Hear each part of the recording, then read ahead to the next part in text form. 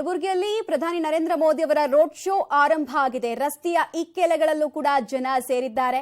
ಕಿಕ್ಕಿರಿದು ಸೇರಿರುವಂತಹ ಜನ ಸುಡೋ ಬಿಸಿಲನ್ನು ಲೆಕ್ಕಿಸದೆ ನರೇಂದ್ರ ಮೋದಿ ಅವರನ್ನ ನೋಡಿ ಸಂಭ್ರಮಿಸಬೇಕು ಅಂತ ಸೇರಿರೋದು ಕಂಡು ಬರ್ತಾ ಇದೆ. ನೋಡ್ತಾ ಇದ್ದೀರಾ, ಪ್ರಧಾನಿ ನರೇಂದ್ರ ಮೋದಿ ಅವರಿಗೆ ಭದ್ರತೆ ಕೊಡುವಂತಹ ವಾಹನದ ಮೇಲೆ ಹೇಗೆ ಪುಷ್ಪ ವೃಷ್ಟಿಯನ್ನ ಸುರಿಸೋ ಮೂಲಕ ತಮ್ಮ ಪ್ರೀತಿಯನ್ನ, ತಮ್ಮ ರೆಸ್ಪೆಕ್ಟ್ ಅನ್ನ ತೋರಿಸಿದ್ದಾರೆ ಕಾರ್ಯಕರ್ತರು ಅಂತ ಹೇಳಿ.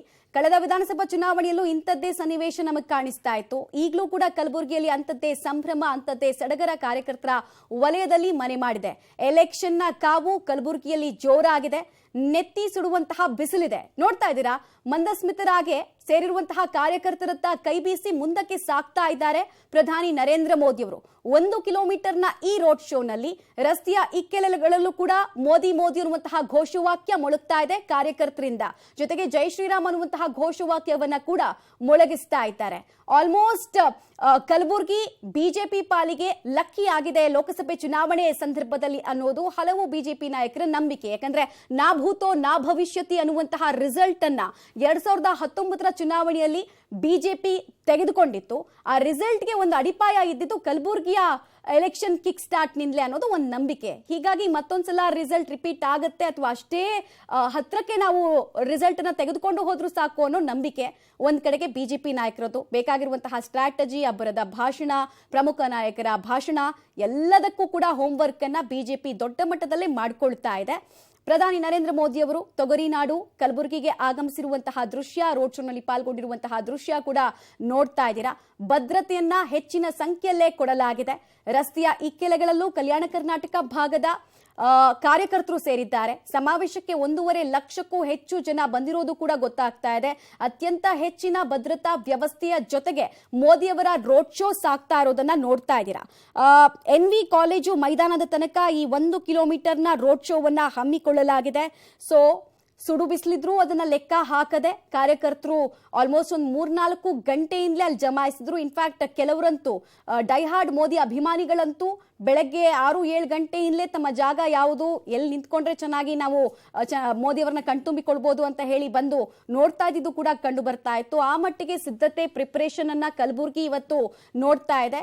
ಮತ್ತೆ ಈ ರೋಡ್ ಶೋ ಸಾಗುವಂತಹ ಪ್ರಮುಖ ರೋಡ್ಗಳು ಕೂಡ ಕೇಸರಿಮಯವಾಗಿರೋದು ಕೂಡ ಕಾಣಿಸ್ತಾ ಇದೆ. ನಾನು ಆಗ್ಲೇ ಹೇಳಿದಾಗೆ ಕಿತ್ತೂರು ಕರ್ನಾಟಕ, ಕೋಸ್ಟಲ್ ಕರ್ನಾಟಕ, ಮಧ್ಯ ಕರ್ನಾಟಕದಲ್ಲಿ ಬಿಜೆಪಿಯ ಕೆಡರ್ ಚೆನ್ನಾಗಿದೆ, ಅಂದ್ರೆ ಸಂಘಟನಾತ್ಮಕವಾಗಿ ಚೆನ್ನಾಗಿದೆ ಬಿಜೆಪಿ.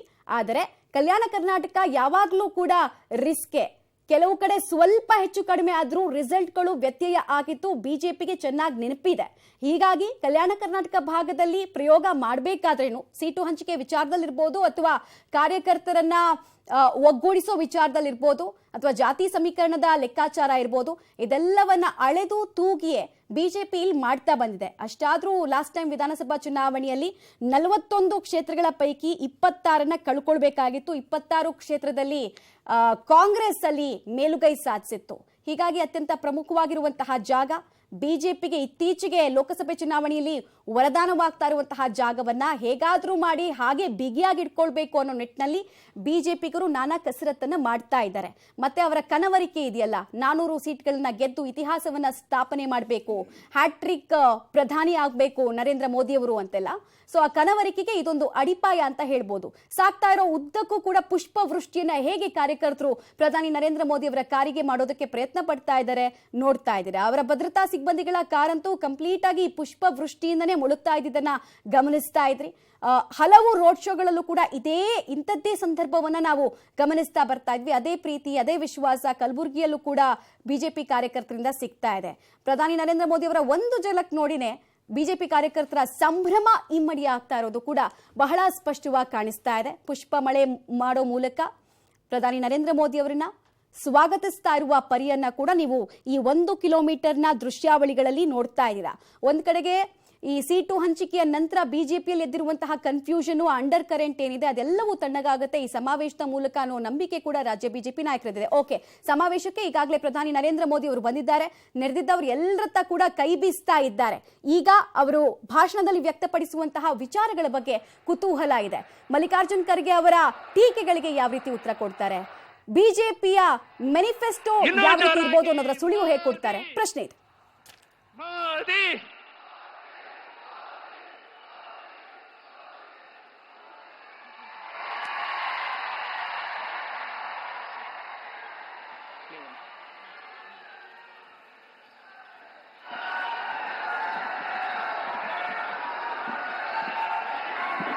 ಸನ್ಮಾನ್ಯ ನರೇಂದ್ರ ಮೋದಿಜಿಯವರು ಮೊದಲನೇ ಬಾರಿಗೆ ಈಗ 2024ರ ಮೊದಲ ಚುನಾವಣಾ ಪ್ರಚಾರವನ್ನ ನಮ್ಮ ಕಲಬುರಗಿ ಜಿಲ್ಲೆಯಿಂದ ಪ್ರಾರಂಭಿಸುತ್ತಿದ್ದಾರೆ. ಅವರಿಗೆ ನಿಮ್ಮೆಲ್ಲರ ಪೂರ್ವಕವಾಗಿ ಹೃದಯಪೂರ್ವಕವಾದ ಸಮಾವೇಶದ ವೇದಿಕೆಯಲ್ಲಿ ಪ್ರಧಾನಿ ನರೇಂದ್ರ ಮೋದಿ ಅವರು ಆಸೀನರಾಗಿದ್ದಾರೆ. ಅವರು ಬರ್ತಾ ಇದ್ದ ಹಾಗೆ ಕಾರ್ಯಕರ್ತರಲ್ಲಿ ಇದ್ದಂತಹ ಉತ್ಸಾಹ ಇಮ್ಮಡಿ ಆಗಿರೋದನ್ನ ಗಮನಿಸ್ತಾ ಇದ್ದೀರಾ. ಮೋದಿ ಅನ್ನುವಂತಹ ಘೋಷವಾಕ್ಯದಿಂದ ಕಂಪ್ಲೀಟ್ ಆಗಿ ಜಾಮ್ ಪ್ಯಾಕ್ಟ್ ಆಗಿದೆ ಆ ಮೈದಾನ. ಲಕ್ಷಾಂತರ ಸಂಖ್ಯೆಯಲ್ಲಿ ಕಾರ್ಯಕರ್ತರು ಸೇರಿದ್ದಾರೆ. ಪ್ರಧಾನಿ ನರೇಂದ್ರ ಮೋದಿ ಅವರು ಖರ್ಗೆಯ ವಿಚಾರವಾಗಿ ಯಾವ ರೀತಿ ಟೀಕೆಯನ್ನ ಮಾಡಬಹುದು ಅಥವಾ ಭಾಷಣದ ಅಬ್ಬರ ಹೇಗಿರುತ್ತೆ? ಅವರ ಜೊತೆ ನಮ್ಮ ಬೀದರನ ಲೋಕಸಭಾ ಅಭ್ಯರ್ಥಿಯಾದಂತ ಭಗವಂತ್ ಖೂಬಾಜಿ ಅವರು ಸಾಲು ಸನ್ಮಾನವನ್ನ ಮಾಡ್ತಾ ಇದ್ದಾರೆ.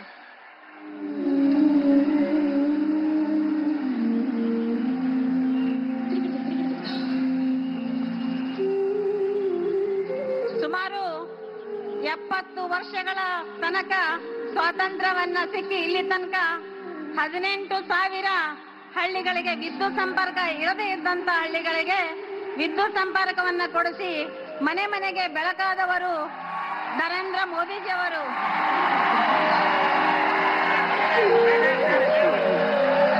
ಈಗ ನಮ್ಮ ಕಲಬುರಗಿ ಜಿಲ್ಲೆಯ ಮಹಿಳೆಯರಿಂದ ಸ್ವಾಗತವನ್ನ ಮಾಡಲಿಕ್ಕೆ ಬರ್ತಾ ಇದ್ದಾರೆ. ದೇಶದ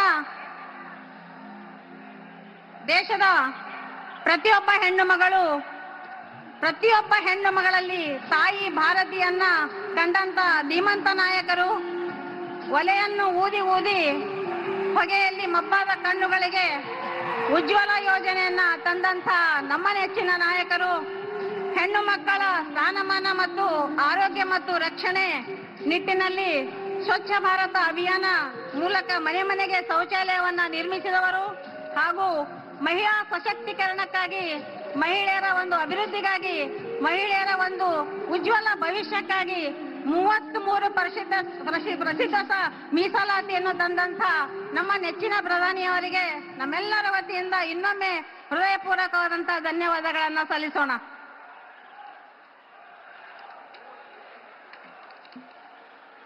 ಹೆಣ್ಣು ಮಕ್ಕಳ ಇವತ್ತು ಭೂಮಿಯ ಮಾತ್ರವಲ್ಲದೆ ಭಾರತೀಯ ದೃಶ್ಯಾವಳಿಗಳನ್ನ ನೀವು ನೋಡ್ತಾ ಇದ್ದೀರಾ. ಮೋದಿ ಅನ್ನುವಂತಹ ಘೋಷವಾಕ್ಯ ಯಾವ ರೀತಿಯಲ್ಲಿ ಮೊಳಗ್ತಾ ಇದೆ ಅನ್ನೋದನ್ನ ನೋಡ್ತಾ ಇದ್ದೀರಾ. ಪ್ರತಿಯೊಬ್ಬರು ಕೂಡ ಉತ್ಸುಕತೆಯನ್ನು ತೋರಿಸ್ತಾ ಇರೋದು ಪ್ರಧಾನಿ ನರೇಂದ್ರ ಮೋದಿ ಅವರ ಭಾಷಣಕ್ಕಾಗಿ. ಹೀಗಾಗಿ ಆ ಘೋಷವಾಕ್ಯಗಳು ಪದೇ ಪದೇ ಆ ಮೈದಾನದಲ್ಲಿ ಕೇಳೋದಕ್ಕೆ ಶುರುವಾಗಿದೆ. ಈಗಷ್ಟೇ ನಾವು ನೋಡ್ತಾ ಇದ್ವಿ, ರಾಜ್ಯ ಬಿಜೆಪಿ ನಾಯಕರಿಂದ ಪ್ರಧಾನಿ ನರೇಂದ್ರ ಮೋದಿ ಅವರಿಗೆ ಸನ್ಮಾನ ಆಗೋ ಕೆಲಸ ಕೂಡ ಆಯಿತು. ವೇದಿಕೆಯಲ್ಲಿ ಈಗಾಗಲೇ ಬಿಜೆಪಿ ರಾಜ್ಯಾಧ್ಯಕ್ಷ PY ವಿಜೇಂದ್ರ ಸೇರಿದಂತೆ ಅನೇಕ ಬಿಜೆಪಿಯ ಘಟಾನುಘಟಿ ನಾಯಕರೇ ಪ್ರಧಾನಿ ನರೇಂದ್ರ ಮೋದಿ ಅವರ ಜೊತೆಗೆ ವೇದಿಕೆಯನ್ನ ಹಂಚಿಕೊಳ್ತಾ ಇದ್ದಾರೆ. ಅವರ ಭಾಷಣದ ಬಗ್ಗೆ ಸಾಕಷ್ಟು ನಿರೀಕ್ಷೆ ಇದೆ. ಈಗಾಗಲೇ ಕೇಂದ್ರ ಸರ್ಕಾರದ ಅಭಿವೃದ್ಧಿಯ ಪಥ ಹೇಗೆ ಕಲಬುರಗಿಯಲ್ಲಿ ಸಾಗಿದೆ, ಜೊತೆಗೆ ರಾಜ್ಯದ ಹಳ್ಳಿಗಳಲ್ಲೂ ಕೂಡ ಆದಂತಹ ಬದಲಾವಣೆಗಳು ಏನು ಅನ್ನೋದನ್ನ ತಿಳಿಸೋ ಪ್ರಯತ್ನವನ್ನ ಕೂಡ ಅಲ್ಲಿ ಮಾಡ್ತಾ ಇದ್ರು. ಬಟ್ ನರೇಂದ್ರ ಮೋದಿ ಅವರು ಹೇಗೆ ತಮ್ಮ ಭಾಷಣದ ಮೂಲಕ ಅದೆಲ್ಲವನ್ನ ತಿಳಿಸ್ತಾರೆ ಅನ್ನೋದು ಕುತೂಹಲಕ್ಕೆ ಕಾರಣ ಆಗ್ತಾ ಇದೆ. ಬಂದಾಗ್ಲಿಂದ ಕೂಡ ಪ್ರತಿಯೊಬ್ಬರು ತುದಿಗಾಲಲ್ಲಿ ನಿಂತಿರೋದು ಪ್ರಧಾನಿ ನರೇಂದ್ರ ಮೋದಿ ಅವರು ಪ್ರಸ್ತಾಪ ಮಾಡುವಂತಹ ಇಶ್ಯೂಗಳು ಏನು ಅಂತ ಹೇಳಿ.